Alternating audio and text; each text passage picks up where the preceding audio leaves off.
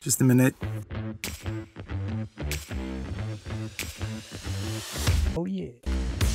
So, mathematics, beauty and understanding. What are flat, meaning two-dimension shape categories? If you Google it or if you check maths student book, you can find the most popular ways to divide shapes into groups based on their properties, like number of sides, etc. In most books, shape properties are number of sides, strides or curved, like a circle, length of sides, for example, square. If it's a square, all four sides are the same length. Another way to talk about 2D shapes is to check the angles. Can be right angle, for example, triangle can be right angle, triangle can be acute or obtuse or whatever. Then we can divide shapes, checking if any of sides are parallel, and so on and so on. Another question similar to this one is, what are the formulas for shape area? So if there is a triangle, you can remember from school that the area formula for a triangle is A times H. So A is the base, H is the height, and then divide it by 2. So this is the formula for triangle area. And that's easy, you just have to memorize that. And we have another formulas for other shapes. At school, you just have to memorize them, and that's it. There's nothing to understand. Just memorize, and that's it. Those are the other formulas. Quite easy. Memorize. Don't ask any questions. So this is the most popular way to think about flat shapes. This is the shape, like triangle or a circle. This is the formula for the area, and that's it. So we ask kids at schools just to memorize, and then if there is a problem, use what you can remember. But I think it's better to understand a shape and find in a shape its beauty, its usefulness and properties different than those from student books. So I categorize 2D shapes this way. The idea number one. My question is, how many parameters or variables you need to understand the nature of the shape, to get the idea of a shape or to draw it? If I ask you to draw a circle, or if I ask you to draw a square, how many numbers do you need? Is it enough to have just one number, like 5, to draw a square? Your answer probably is yes, it's enough. If it's 5, and we have to add that it's the length of this side, so 5, 5, 5, 5, and this is a square of side length being 5. We can do the same with a circle. If I say 4 and I ask please draw a circle of 4, you can draw like this, or you can draw it like this. Whatever, one number is enough. Is it enough to have just one number to draw a triangle? No, it's not. You normally need 2 numbers, like base and height. If I say it's not length of the side of a square, it's diagonal. Is it still enough to have just one number? Yes, it is. If this is 5, we can draw square like this. Still, one number is enough. Another way to put that question is how complex or how easy a shape is. So I can say if it's enough to have just one number to draw a shape, it's an easy shape. If it's not enough, if you need 2 of them, like in a triangle or in a rectangular, the shape that needs 2 numbers to be drawn, it's more complex. So I divide shapes to simple ones and complex ones. That's just my idea of dividing shapes into groups. And another groups of them, my way, would be easy or difficult to draw or to explain to someone how a shape looks like. Another scale would be nice to ask if a shape is useful or not useful, and it's even better if we talk about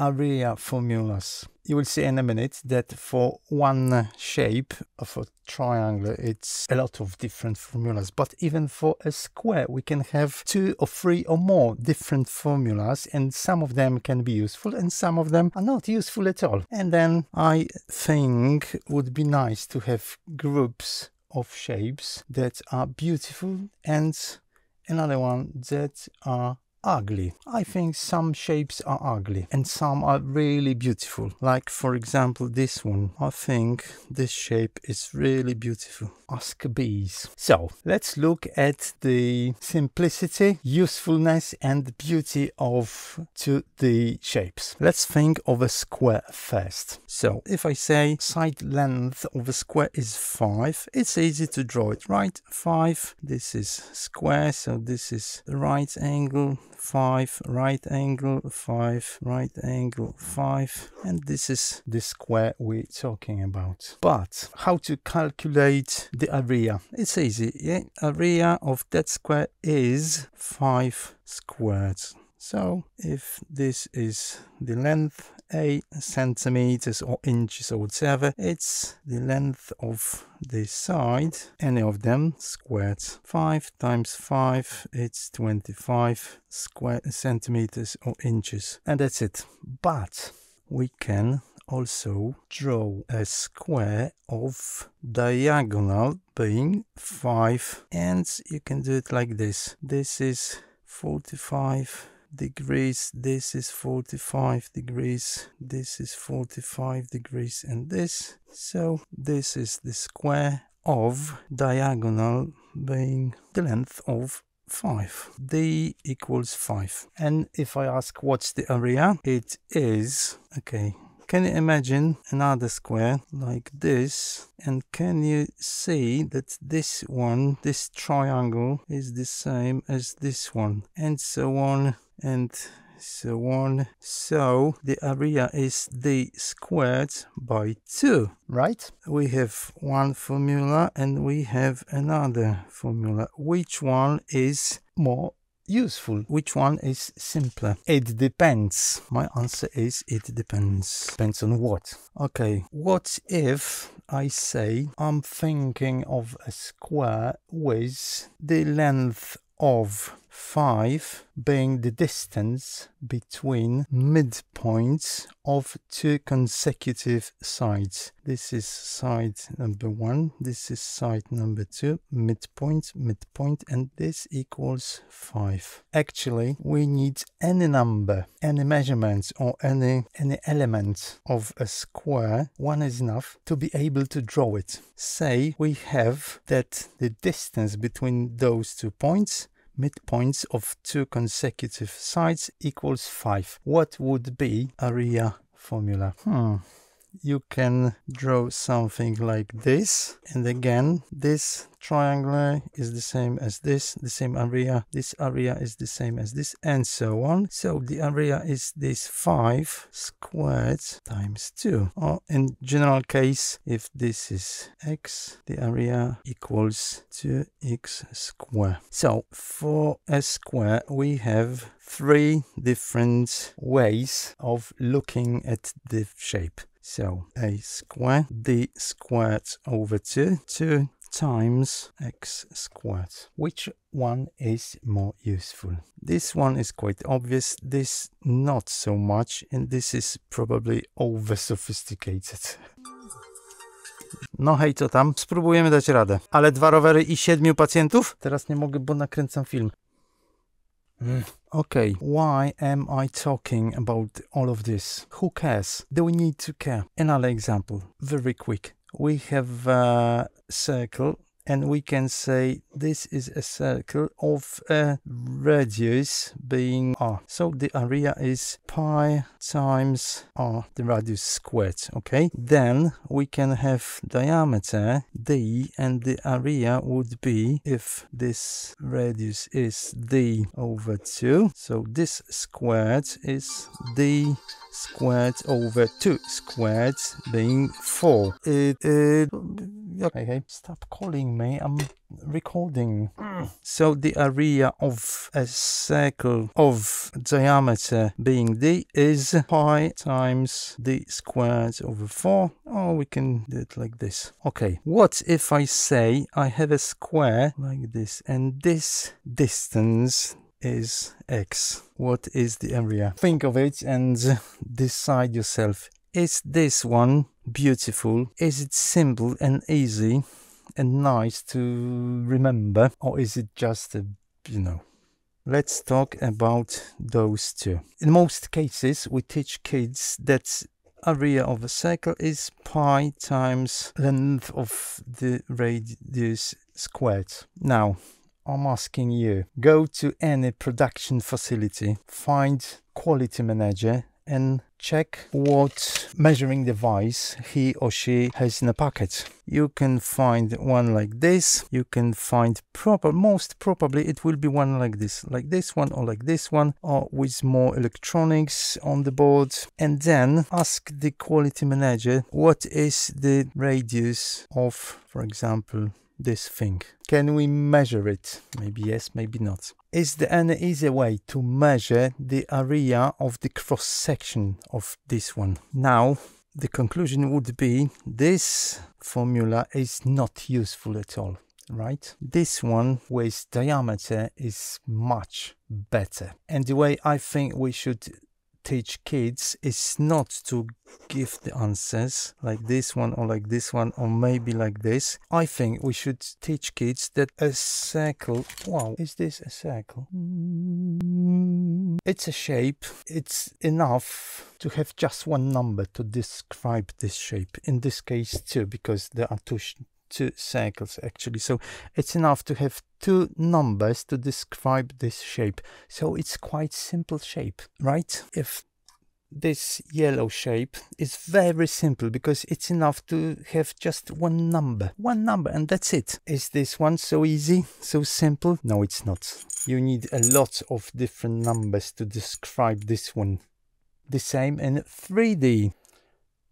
What is it? It's a ball, right? It needs just one number to be fully with all the details to describe this one. It's just enough to have one number. And then if we understand that this 3D shape or this 2D shape is very simple, and we just need one number to describe it or to draw it, another question is, what should be this one number? So another perspective can be this one. If I say we have a square of diagonal being 2, and the question is, what is the area? Okay, and then I have a square of diagonal being, the length of it is equal to square root of 2, and the question is the same, what is the area? Will you use the same formulas for those two problems to be solved? I think if we have a number like square root of 2, it's probably easier to use a formula with this number squared. So if I have diagonal length of root of 2, it would be nice if I can square it, because it equals. And in most cases, if I ask a kid, school kid, what is the area of a square with a diagonal of 2, they calculate this way. If diagonal is 2, we need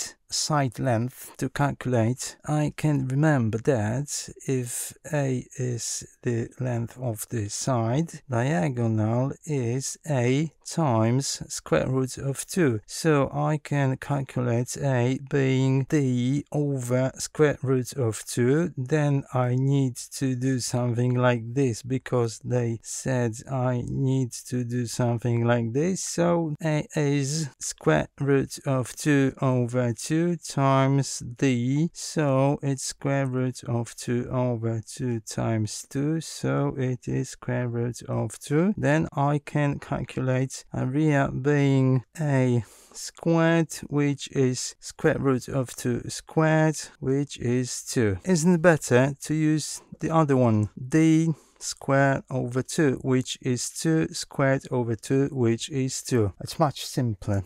So I suggest not to use anything to memorize, but to teach kids to understand shapes and find simplicity, find the beauty of being a square, of being a flat shape. What do you think? Think of it yourself and decide yourself. Think of it and decide yourself. I think that's a lot of beauty in mathematics. And if we understand the beauty of shapes, life is much easier. See you there.